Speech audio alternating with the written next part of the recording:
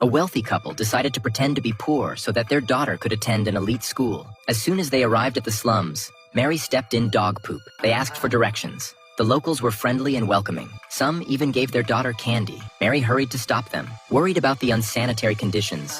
Her reaction offended them. Their enthusiasm immediately disappeared. No one helped them anymore. The next morning, their water was cut off. Mary had to borrow some, but after yesterday's incident, no one was willing to help. Just when she lost hope, a helpful man gave Mary water. They became friends. Soon, the school's vice principal came to inspect. He immediately noticed Jack's soft hands. He called a real poor man. The rough, calloused hands exposed the lie. And he found more flaws in the rich man's disguise. Bottles of water were piled in the corner. Their daughter was eating pizza, something that the real poor couldn't afford. Luckily, their new friend said, they were once rich, but now they had lost everything. The couple nodded their approval quickly. The vice principal seemed convinced, but warned that he would be back in a month. Life in the slums was tough, but their daughter quickly adapted. One day she fell while playing. Mary went to help, but a woman stopped her. She watched as other children rushed over to help her daughter up. At that moment, Mary realized that self-reliance was more valuable than dependence. A month later, the vice principal returned.